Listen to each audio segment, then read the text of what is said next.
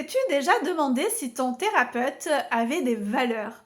Aujourd'hui, j'ai envie de te parler des miennes. Je vais commencer par les plus généralistes pour aller vers ce qui me définit le plus. Donc, la première des valeurs, c'est bien sûr d'être professionnel. Donc, c'est d'avoir la bonne posture et également, pour moi, c'est de m'inscrire dans une formation continue, une veille continue, que ce soit à travers mes lectures, voilà.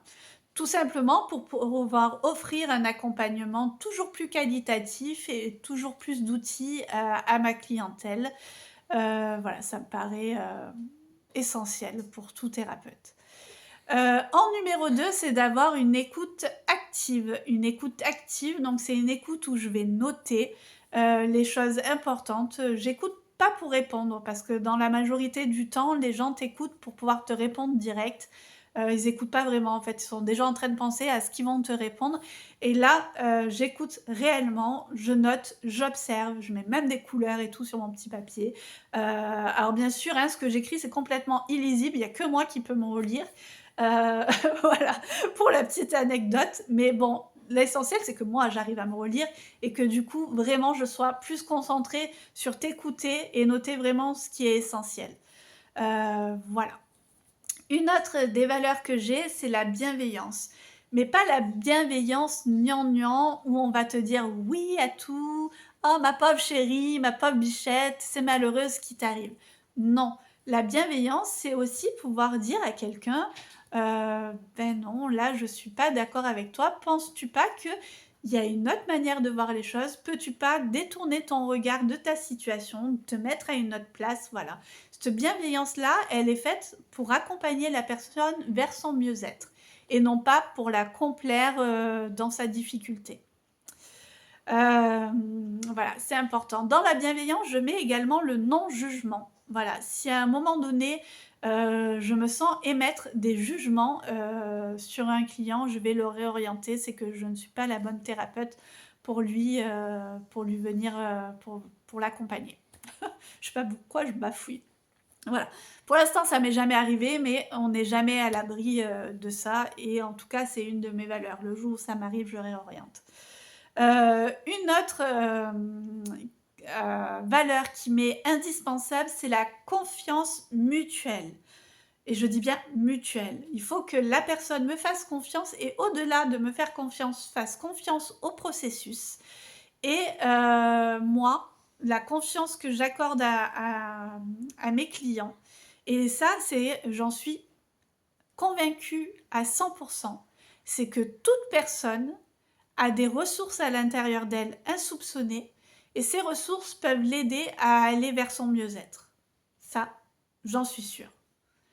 Une autre des valeurs que j'ai, ça va être la douceur.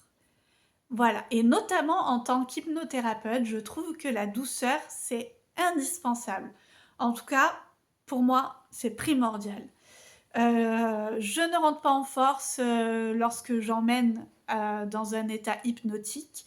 Je vais tout en douceur parce que pour moi, l'hypnose est un état naturel de la personne et ça ne sert à rien de forcer. La personne y va toute seule par elle-même, comme une grande, j'ai envie de dire. Voilà, il suffit de lui laisser le temps et de la douceur adéquate pour qu'elle puisse y aller par elle-même, par ses propres moyens. Et voilà. La douceur, c'est aussi pouvoir consolider lorsque je sais qu'on va aller dans quelque chose d'un peu plus émotionnel.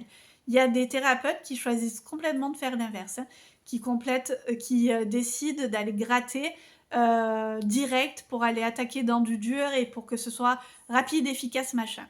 Moi, je pense que c'est dans la relation avec le thérapeute, la relation justement de confiance dont je vous ai parlé avant, que naît aussi l'état de mieux-être. Voilà. Pour moi, il ne faut jamais forcer, donc la douceur, c'est primordial. Ce que j'aime également faire quand cela est possible, j'espère le faire en tout cas avec élégance, c'est mettre des petites pointes d'humour dans mes accompagnements. Voilà, ça permet de pouvoir défocaliser du problème, ça permet d'avoir de l'autodérision. Et je crois que la vie, c'est aussi ça. La vie, c'est d'avoir des moments durs et c'est des moments chouettes aussi où on rigole. Et il faut se souvenir des moments chouettes.